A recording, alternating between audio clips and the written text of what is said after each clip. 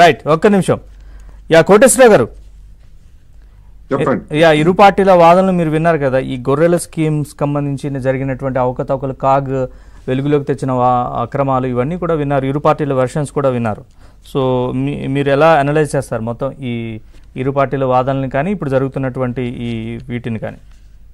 ఇప్పుడు దాదాపు 10 నిమిషాల పాటు అరవింద్ గారు అసలు సబ్జెక్ట్ మినహా మిగిలిన విషయాలన్నీ కూడా మాట్లాడి చివరిలో ఒక మాట ఏదన్నా జరిగితే శిక్షించండి అని చెప్పేసి, మీ చేతుల్లో ఉన్నాయి కదా దర్యాప్తు సంస్థలు. ఇప్పుడు ఎవరు కాగ్ అనేటువంటిది రాష్ట్ర ప్రభుత్వ చేతుల్లో ఉన్నది కాదు కదా. కాగ్ అనేటువంటిది ఒక రాజ్యాంగ వ్యవస్థ. కంప్ట్రోలర్ అండ్ ఆడిటర్ జనరల్ అనేటువంటి ఒక రాజ్యాంగ సంస్థ. అది కేంద్ర ప్రభుత్వం అమలు జరిపినటువంటి పథకాల మీద, దానికి సమర్పించినటువంటి నివేదికల మీద దాన్ని అబ్జర్వ్ చేస్తుంది. రాష్ట్రాలు ఇచ్చినటువంటి వాటి మీద అబ్జర్వ్ చేస్తుంది. దానిలో స్పెసిఫిక్ గా ఫలానా నెంబర్ పేరుతో ఉన్నటువంటిది ద్విచక్ర వాహనము.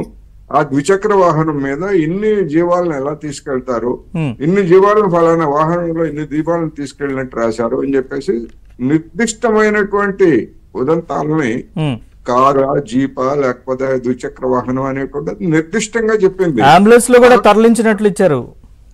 ఆ కాగ్ నివేదికను కూడా అది అంగీకరించడానికి అరవింద్ గారికి మరి ఎందుకని నోరు రావట్లేదు నాకైతే అర్థం కావట్లేదు. ఒకవేళ కాగ్ నివేదిక తప్పు, ఆ కాగ్ నివేదిక రేవంత్ రెడ్డి గారి నాయకత్వంలో ఉన్నటువంటి ప్రభుత్వం తయారు చేయించిందని చెప్తారా? పోనీ అదన్నా చెప్పాలి. ఎందుకు అంటే కాగ్ నివేదికలు అనేటువంటి వాటిని గత ప్రభుత్వము కాగ్ ప్రతి సంవత్సరం నివేదికలు ఇస్తుంది. అంతకు ముందు జరిగినటువంటి వాటి మీద అనేక నివేదికల్ని, కాగ్ నివేదికల్ని మన గతంలో ఉన్నటువంటి బీఆర్ఎస్, టిఆర్ఎస్ సర్కారు అసెంబ్లీకి పెట్టలేదు, పబ్లిక్ డొమైన్ లో కూడా పెట్టలేదు. ఇప్పుడు గతంలో ఎప్పుడో జరిగినటువంటి దాన్ని ఇవాళ ఉన్నటువంటి ప్రభుత్వం దాన్ని అసెంబ్లీలో పెట్టింది. అది ప్రతి బడ్జెట్ సమావేశాల సందర్భంగా కాగ్ నివేదికలు ఇవ్వడం అనేటువంటిది ఇవాళ కాదు, గడిచినటువంటి 4 దశాబ్దాలుగా నేను జర్నలిస్ట్ గా అసెంబ్లీ సమావేశాలను కవర్ చేసినటువంటి ప్రతిసారి జర్నలిస్టులకి అదేవిధంగా శాసనసభ్యులకి అందరికి కూడా ఆ కాపీలు ఇచ్చేటువంటి సాంప్రదాయం ఉంది. అదే అందులో ఉన్నటువంటి వాటి మీద తర్వాత తదుపరి ప్రభుత్వాలు వారు చేసేటువంటి కామెంట్స్ అందులో అక్రమాల గురించి చెప్తాయి, లేకపోతే దుర్వినియోగం జరిగినటువంటి దాని గురించి చెప్తాయి, లేకపోతే ఇంకా ఇతర లోపాలు మొత్తం. ఎందుకంటే అది రాజ్యాంగబద్ధమైనటువంటి ఒక ఆడిటింగ్ సంస్థ. అది దాన్ని కూడా దాని మీద చర్యలు ఫలానా విధమైనటువంటి చర్యలు తీసుకోవాలని కూడా సిఫార్సు చేస్తాయి. వాటన్నిటి మీద తర్వాత ప్రభుత్వాలు పట్టించుకుంటాయా లేదా అనేటువంటి అది వేరే అంశం, అదొక ప్రహసనం. ఎందుకంటే అనేక కాగ్ నివేదికల్ని పక్కన పెట్టేసినటువంటి దాఖలు చేసిన సందర్భాలు సీరియస్ గా పట్టించుకున్న దాఖలాలు కూడా ఉన్నాయి. అందుకని ఇప్పుడు ఈ గొర్రెల పెంపకం అనేటువంటి దానిలో అడ్డంగా దొరికిపోయినటువంటి ఉదంతాలు మనకి కాగ్ స్పష్టం చేసింది. అంటే ఇవన్నీ కూడా శాంపుల్ గా చూసినటువంటి కొన్ని ఉదంతాలే. మొత్తంగా రాష్ట్రం అంతటా గొర్రెల పెంపకం కానివ్వండి, లేదా మన సంజయ్ మేడం గారు చెప్పినట్టు చేప పిల్లల పంపిణీ కానీ ఇలాంటి అనేక అక్రమాల గురించి ఈ పథకాలు అమలు జరిపేటువంటి క్రమంలో కొన్ని పత్రికలు స్పష్టంగా ఆరోపణలు రాస్తూ వార్తలు కూడా రాశాయి. కానీ వాటన్నింటినీ కూడా అధికార పార్టీలో ఉన్నటువంటి పెద్దలు కావాలని మా మీద బురద జల్లుతున్నారని చెప్పేసి వాటన్నిటిని కూడా పక్కన పెట్టేసి తోసేశారు.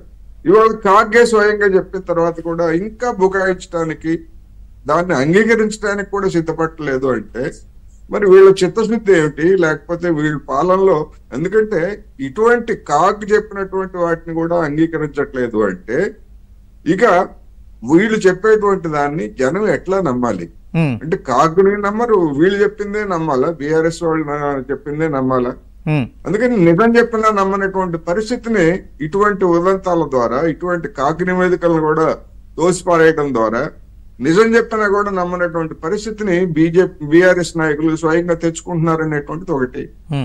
ఇప్పుడు మేడిగడ్డలో అవినీతి జరిగిందా లేదా అనేటువంటిది ఒక రాజకీయ పరమైనటువంటి ఆరోపణ కావచ్చు, వాస్తవం కావచ్చు, వాస్తవం కాకపోవచ్చు. ఎందుకంటే అది విచారణ జరిపిన తర్వాత తేలుతుంది. కానీ పిల్లర్లు కుంగిపోయినటువంటిది, లేకపోతే బ్యారేజ్ దెబ్బతిన్నటువంటి కళ్ళ ముందు కనిపించే వాస్తవాలు అవి, అది వాస్తవం కదా.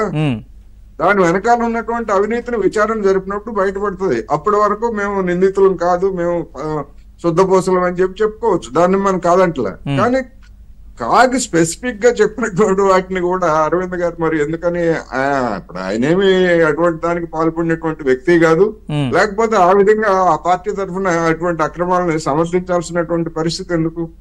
అందువలన డెఫినెట్ గా అనేక పథకాలు, అనేక లబ్ధిదారులు ఇవన్నీ కూడా బోగస్ అనేటువంటి గతంలోనే చర్చలు జరిగాయి, పత్రికల్లో లేదా టీవీల్లో వార్తలు వచ్చాయి. వాటన్నిటిని కూడా బీఆర్ఎస్ ప్రభుత్వం తోసిపుచ్చింది.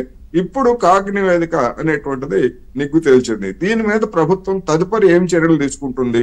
ఈ కాగ్ చెప్పినటువంటి ఉదంతాల మీదనా, లేకపోతే మొత్తంగా స్కీమ్ అంతా అమలు చెప్పినటువంటి వాళ్ళ లబ్ధిదారులు నిజంగా ఇది చాలా ఈజీ. ఎందుకంటే గొర్రె పిల్లలైనా లేకపోతే చేప పిల్లలైనా గానీ మేము ఇచ్చాము, అవి చచ్చిపోయినాయి, ఇంకా దానికి రుజువులు ఏమి ఉండవు. ఇప్పుడు ఇల్లు కట్టించాము అంటే ఇల్లు చూపించాలి, కానీ గొర్రె పిల్లలకు వచ్చేసరికి జబ్బులు చేశాయి, చేప పిల్లలు జబ్బులు చేశాయి, అందుకని చచ్చిపోయినాయి అని చెప్పేసి తప్పుకోవడం ఈజీగా ఉంటుంది.